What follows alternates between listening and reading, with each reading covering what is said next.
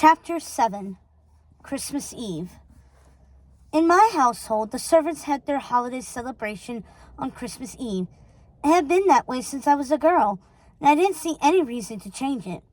When my grandparents were alive, my parents and I would dine with them at their estate, leaving the house to the servants so they could have a celebration of their own without having to fuss over us.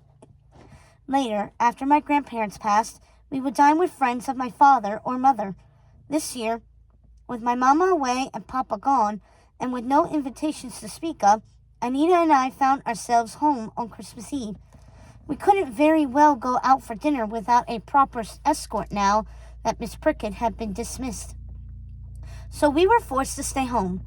I spoke to Jackson about it, assuring him Anita and I would be fine, and Miss Badley prepared us something and sent it up on a tray. I didn't want to ruin their celebration, and I especially wanted to extend some holiday cheer, since they were all likely curious what happened with Miss Prickett. The last thing I needed was Mama coming home to an empty house with no servants. I counted on Jackson to spread the word about Miss Prickett and dispel any fears they may have about the DeVil household cutting back on servants like many of the larger households had been doing as of late. She spoke unkindly to me about Lady DeVil, was all I had to say. Jackson understood, and I could tell he thought I had done the right thing. As I was talking to Jackson, the spider came skittering into the room like a walking nightmare on two legs. Miss Corella, I have advised downstairs that you and Miss Anita will be home this evening. Please ring if you need anything at all. Dinner will be served in the dining room at 8. I blinked at her, trying to decide if she was as frightful as my mind had originally conjured. She was. Frightful and odious. As I was just telling Jackson, something on a tray for dinner will be fine. Mrs. Webb, I don't want to interrupt your festivities this evening. Anita and I will be quite happy to spend a quiet evening together. We will have our Christmas dinner tomorrow, as we always have. But Lady DeVil gave other instructions, Miss Corella, and Mrs. Badley has been downstairs cooking all day. She's created a feast. I wouldn't want to disappoint her. So this is something you and Lady DeVil discussed, but you didn't see fit to share it with me until now? I had broken protocol. I had admitted I didn't know something. I'd admitted my mother didn't share her plans with me, but I continued without missing a beat. But what about your celebration? I had intended to present you with your gifts this evening before your Christmas meal. If you're all busy preparing a feast and cleaning up afterwards, when will you have time for your celebration? During breakfast tomorrow, as your mother instructed. During breakfast? Oh, that won't do, Mrs. Webb. Does that sound fair to you, Anita? Anita shook her head, but she didn't say anything. Sweet Anita hated conflict. I'd hate to break with tradition, Mrs. Webb, I continued, but I don't want to deprive the staff of their festivities. They work so hard all year, and this is their treat for being so devoted and loyal. I waited for Mrs. Webb to challenge me, but she just pursed her lips and stayed silent. Then it's decided. We will proceed as usual, as we have for many years before you joined our household. I wanted things to be as they were in the years before Papa passed and before Mama went away. Everything had gone so terribly wrong after Papa's death, and I thought that maybe if I could recapture our Christmas celebrations of the past and not let this vile woman change everything, Mama would come around to me. Of course, I couldn't have been more wrong. I was flying in the face of my mother's instructions, but the young don't always make the wisest decisions, no matter how well-intended they may be. The spider just looked at me, unblinking. I assumed she didn't want to contradict me or my mother, so she stood silently until Jackson broke the uncomfortable silence. Miss Corella, I know Mrs. Badley would be terribly upset if her holiday feast went to waste. She's been hard at work all day. I have an idea, Anita said. Sweet Anita, caring Anita, always looking out for the underdog, always wanting to do good. She would do anything to make people happy, especially people she was fond of. Funny how, in the end, she couldn't do the same for me. But I'm jumping ahead. That part of the story doesn't come until later. I saw how much food Mrs. Badley was preparing downstairs, Anita said. It's far too much for just the two of us. There's more than enough for everyone. What if we invite the staff to join us for Christmas dinner? And afterwards, they could continue the celebration downstairs as they like. That's very kind of you, Miss Anita, but rather unorthodox, said the odious spider. Lady DeVil would be angry to learn the servants dined upstairs. The last thing I wanted to do was agree with that woman, even though she was right. My mother would be livid, but the look on Anita's face was so sincere, and I wanted to make her happy. I wanted to do something nice for her after everything she'd done for me since my father had passed away. So I suggested an alternative. Well, if the staff wouldn't object, perhaps Anita and I could join you downstairs and we could share the meal together. I looked to Jackson because I valued his opinion more. Unlike Mrs. Webb, he had been with our family for many years, even before I was born. The only other person who had known me that long was Miss Prickett. Perhaps if things hadn't gone the way they did, I would be asking her about Christmas dinner now. We wouldn't stay downstairs with you all evening, mind you, just for dinner, and then we would leave you to continue your celebration after we've gone upstairs. We wouldn't need you for the rest of the evening, I promise, as long as Jackson sets out the grog tray and perhaps a little tray of sandwiches in the event we get peckish before bed, I said, looking at Jackson and hoping he would agree. I thought that was the most suitable way out of our dilemma. And before dinner, I can give you our gifts. I am sure Lady DeVil wishes she could be here to present them to you herself, but I will have to do. Miss Corella, the spider's face was pinched tight. This is way out of the ordinary, and I'm not sure your mother would approve. I smiled my sweetest smile at the woman. Looking back on all of this now, I have to wonder if I wasn't just happy to be in opposition to Mrs. Webb. I wasn't even thinking about how all of this would make Mama feel. I had convinced myself she would be happy. I took charge and made sure to uphold our family traditions. But I'm not sure that was my strongest motivation. I like to hear what Jackson thinks. He's been taking care of this family since before I was born, and I think he is the best judge. Jackson, do you agree with Mrs. Webb? Do you think my mother would object if we combined Christmas celebrations this evening? Jackson narrowed his eyes at the spider. I do believe she would, Miss Corella. But Jackson, I was so looking forward to presenting you with your gifts, and I don't want to deprive the staff of their celebration. I will be terribly disappointed if we can't find a way around this. Jackson smiled. He could never deny me anything, not since I was a child, and I really wanted to win this battle with Mrs. Webb. Well, Miss Corella, the last thing I want to do is disappoint you. I had always liked Jackson. Out of all our staff, he was most like a mother or a member of the family, always there, always loyal, always on my side, and after my father passed, always looking out for me. It's true. I had resented his attentions and the somber looks he gave when my mama set off on her trip, but he never spoke ill of her. In that moment, as his usually somber face broke into an indulgent smile just for me, he reminded me so much of my papa, who I was missing terribly. I didn't understand why it had taken me so long to see Jackson in this way. Really see him, the way I had seen him when I was young. I'd adored him when I was small. He always took a special interest in me, and he was doing so again. Perhaps it was the magic of Christmas, or perhaps I was just happy to have someone side with me against the spider. But I saw Jackson clearly that day, and we had won the battle together, Jackson and I. We were allies in combat against the wretched spider. Then it's all set.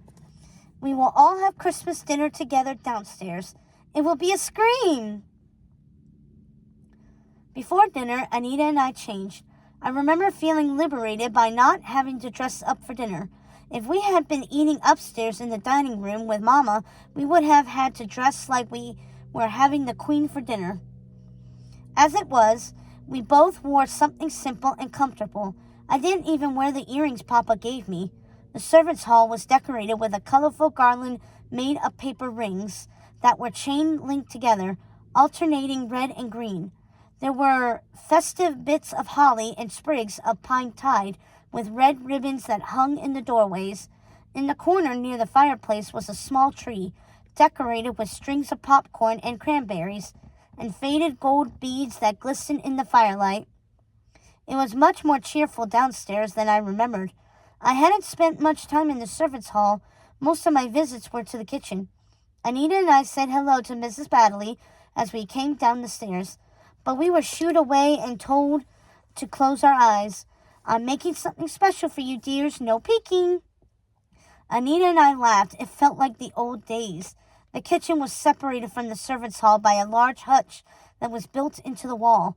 There was a hinged, shuttered window in the middle of the hutch that could be opened so those inside the servants' hall and the kitchen could pass things back and forth and speak to each other without having to go around to the other entrance. The hall had a long dining table that was already set with old-fashioned Churchill blue willow patterned dishes. On the other side of the room was a large fireplace and mantel, with 2 chairs facing the fire, which I assumed were Jackson's and Mrs. Baddeley's. Between the chairs was a small wooden round table, and there were a number of small pillows on an old rug I remembered having in the morning room when I was a child. I suppose that is where the other servants sat when they weren't at the dining table, perhaps to warm themselves by the fire while drinking their cocoa before bedtime. It was a cozy place. I'm so happy you decided to have Christmas dinner down here with the staff, Corella, said Anita, beaming. It would have been lonely upstairs, just the 2 of us. I always felt Christmas was a time to spend with your family. Anita saw me flinch at the word family. But I wasn't angry with her. I understood what she meant. It was a time for family, and I was missing my papa and mama more than ever. I understand. You think of Mrs. Baddeley and Jackson as family. I thought of Miss Prickett as family as well. Her voice was sad, but there was something else in there, too. I know you're disappointed, Anita, but I don't wish to talk about Miss Prickett. Not now, anyway. Not in front of the other servants. But you do think of them as family, don't you? She asked. I thought about it. Perhaps not in the same way you do, Anita, but I love that they treat you like a member of the family, because to me, you are a dear sister. And you are mine, Corella. I don't know where I'd be without you. Oh, how it breaks my heart to think Anita and I are no longer close, that she no longer loves me as she once did. But I shouldn't digress. Those were happy days. At least I thought they were. The days before Anita betrayed me, when she was practically my world. But back to Christmas Eve. Anita and I were in the servants' hall taking a look around when Mrs. Baddeley abruptly opened the shutters, her red, happy face peering through the hutch window. Miss Corella, hello, my dear. I'm sorry I shooed you away. I smiled at the woman. I understand you're up to your old tricks again, whipping up some sort of surprise. I bet I can guess what it might be. I imagined raspberry jellies as far as the eye could see, and laughed to myself. Never you mind that, Corella. You will just have to wait. She closed the shutter doors again with a dramatic and playful snap. Anita smiled at me. See, she isn't so bad. I know she annoys you, but she's actually a very sweet woman, and she loves you very much. It had never occurred to me that Mrs. Baddeley loved me, not until Anita said so, and it made me wonder, had I had it all wrong? Maybe she had always loved me, the way Jackson had, since I was a little girl. Why had it taken me so long to understand that? I suddenly felt so ashamed for sending Miss Prickett away. It was almost like the woman I had been in that moment was an entirely different person than the woman I was now, and she had come out without my knowledge or permission. I didn't like that person inside me who said and did mean, awful things, but sometimes it felt as if I had no control over her. I desperately wanted to talk to Anita about it, but not then. It would have to wait until after dinner. The thoughts swirling through my head were too strange to say out loud in this cheerful room. Something within me was changing, something I couldn't explain. But there wasn't time to slip away and talk. Everyone was making their way to the servants' hall and taking their places around the table. I was offered Jackson's seat at the head of the table, but I declined, choosing to sit by Anita with our backs to the hutch so we would be facing the fireplace and the little tree.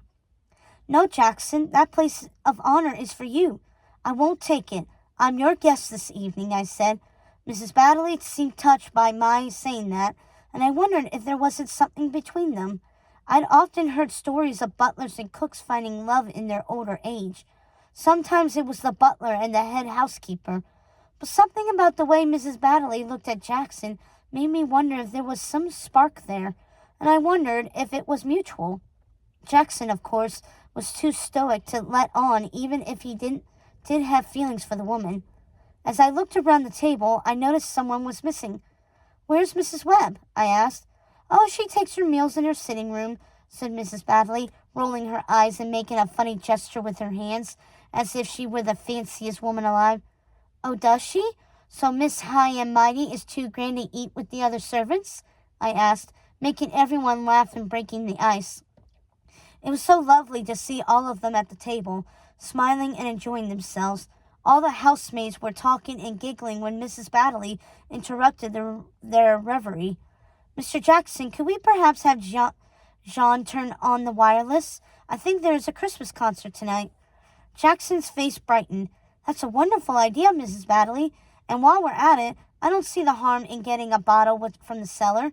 It is Christmas after all, he said with a wink. It was such a grand evening of eating, drinking, and listening to Christmas music on the wireless. Anita had thought to bring down some Christmas crackers, so everyone was wearing festive paper hats while we dined on Mrs. Baddeley's magnificent feast. I would like to propose a toast, I said, standing up, to Mrs. Baddeley for this delicious meal. To Mrs. Baddeley, everyone cheered. Even Jackson looked festive, wearing his paper crown merrily, even though we'd had to talk him into wearing it at first. It was a happy night, full of laughter, food, and yes, family. I loved seeing all their happy faces, all of them gathered together. Eating downstairs was so much more fun than eating up in the dining room. No one was scolding me to act like a lady. Everyone passed great bowls and platters of food around the table, helping themselves to as much as they liked. Jackson carved the beef Wellington like he was the father of this little family. Mrs. Baddeley had made sure to make all of mine and Anita's favorites. Oh, Mrs. Baddeley, you wonderful dear woman, you remembered how much I love your cheese straws, Anita cried with delight. Mrs. Baddeley smiled between bites of beef Wellington. Oh, yes, my dear, I have remembered all your favorites, and Miss Corella's as well. I see that, Mrs. Baddeley, I said, looking at the side table laden with lemon tarts, little cookies covered in powdered sugar, a rum and walnut cake, and a 3-tiered cake covered in white icing. And the pudding looks amazing, but I wonder if we will have room after eating all of this. I scooped more roasted potatoes and carrots onto my plate.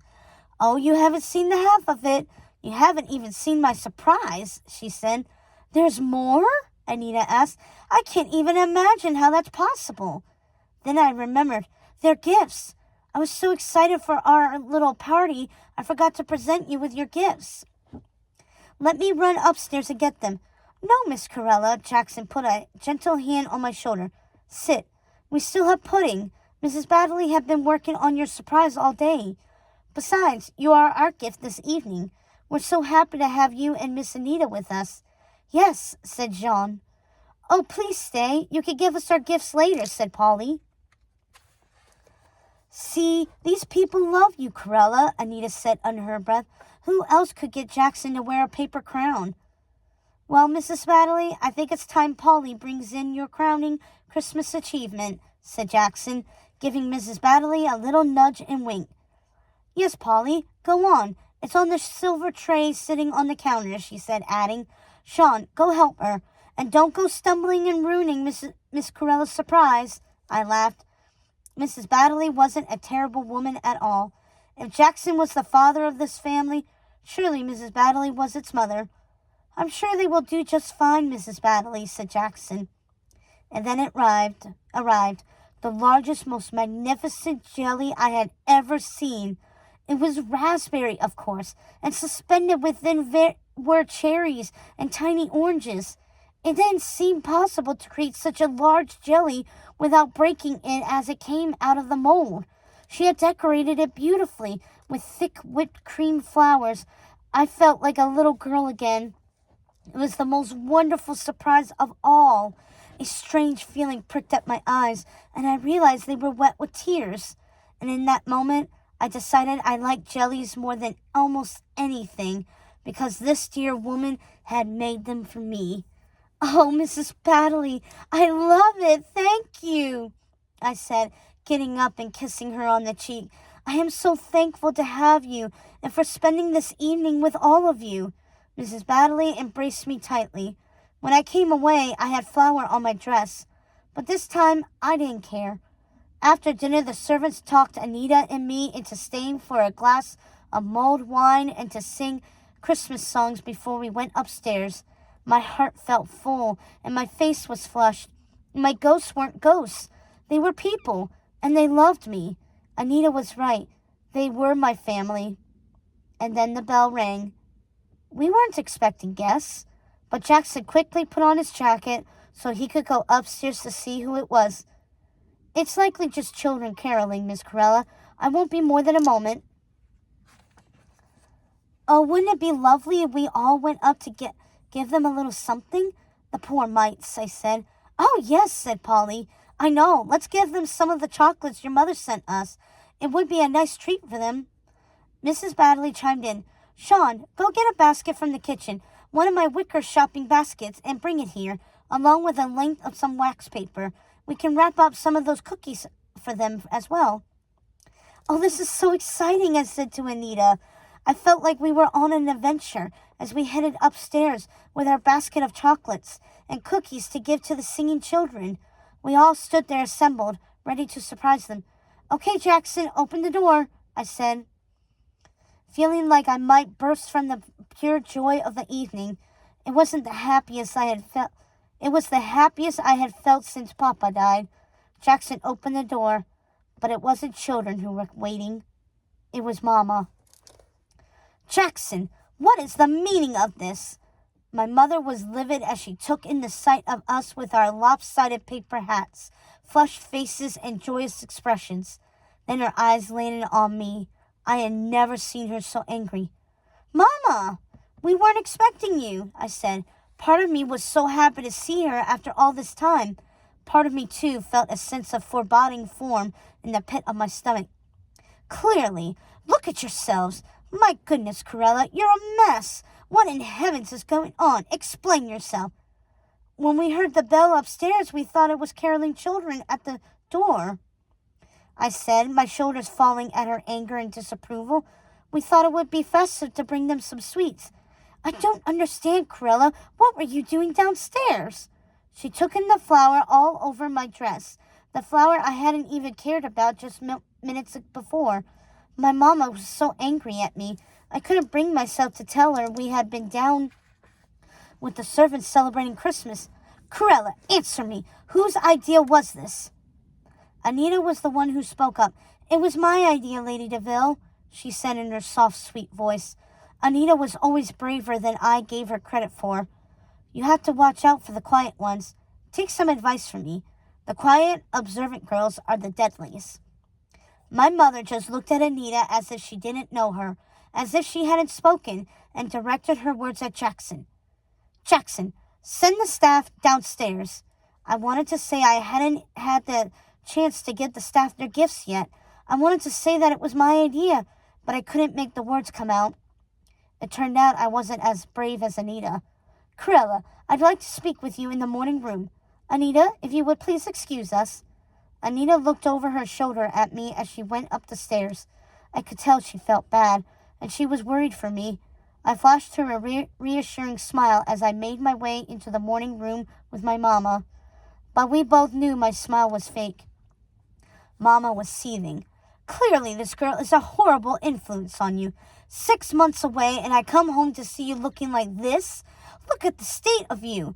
What are you wearing, Corella? Why are you dressed like a common house girl? You aren't even wearing the earrings your father gave you." It was true. I hadn't dressed up. I was wearing one of my plainer dresses, something I would usually wear on outings in the park or woods. Walking clothes, my mother called them. I hadn't wanted to dress up and be flashy. I'd wanted to fit in downstairs, and now I felt as if I didn't belong in the morning room with my mama. My face felt warm, and I wondered if it was red. This is too much, Corella, too much. I sent you to that school to become a lady, not a common housemaid. Clearly, Anita has been a bad influence on you. I should never have arranged for her to join you, she said, pouring herself a glass of sherry and sitting on the leather couch in her usual spot. That's not true, Mother. Not true? Since when do you dress like this? On Christmas Eve, I gave Mrs. Webb explicit instructions on how this evening should go, and you defied my wishes. I don't even know who you are, Mrs. Webb. Of course. She had tipped my mother off. She told you?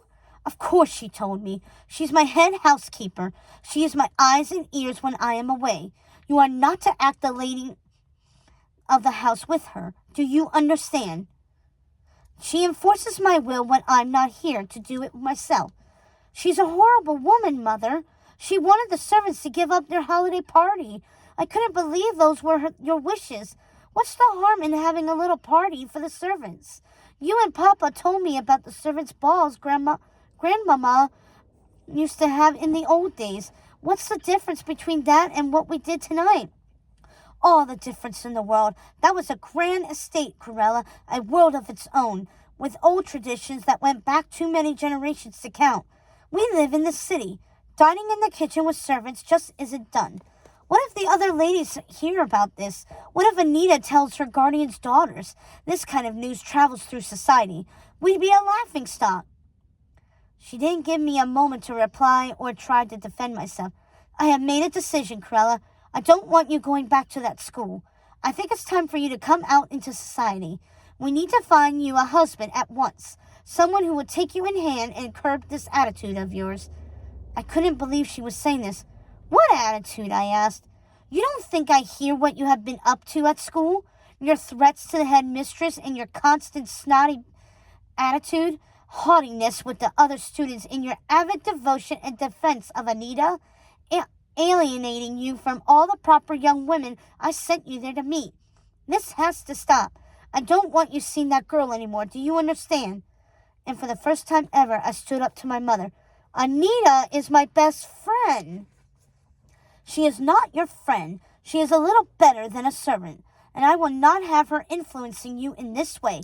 The party was my idea, Mother, not Anita's. But my mother didn't believe me. Don't lie to me, Corella, and don't argue with me. I am taking you out of school, and you won't be seeing that Anita any longer. You can't keep me from seeing Anita, Mother. You can't. And please let me finish school. I was so looking forward to going back. It's not possible, Corella. Not after you're embarrassing yourself and our family by defending that common girl. And now I come home to find her here. And from what I hear from Mrs. Webb, she was practically living here all summer before you left for school. Miss Prickett said you didn't mind. You were away. I had no one. Miss Prickett didn't tell me. That woman was always overindulgent with you, giving you whatever you wanted behind my back, insisting I see you in the afternoons before I went out, insisting she take you gifts for your birthday, sneaking that Anita into the house when I wasn't here. I was planning to dismiss her myself, but it seems you beat me to it. Well, I regret that now, I said, and I did. I saw now how it was Miss Prickett who had looked out for me, who was responsible for all my happy moments growing up. And suddenly, all Miss Prickett's sad looks made sense. I want Anita to leave first thing in the morning, Corella. I won't have her in my house another night. Having her here gives me the most disturbing feeling, like something predatory is circling my house. Mother, please, what can I do to make this up to you? What can I do to make you let Anita stay? But there wasn't anything I could say or do. She had set her mind and heart against Anita, and it was breaking mine. Corella, it's bad enough Anita has practically been living here, but for you to actually dine downstairs with the servants, for goodness sakes, we don't have those sort of people, Mother. Those sort of people, I said. I realized then that I had been just as guilty as my mother had. All my life, I'd thought of them as ghosts or in-betweens, when really, they were people just like me. They were my family. Maybe even more so than the one I was born into. And here she was, forbidding me from seeing my only friend, trying to make me distance myself from the only people who had really ever cared for me besides Papa. They're not people, Corella, not like you and me, and I won't have you socializing with them. It was one thing when you were a little girl, but you're a lady now, and I won't have Anita influencing you any longer. You're 17, and will be almost 18 after the season, old enough to marry. The sooner we get you a household of your own and a husband to rule you, all the better. And that's the end of it.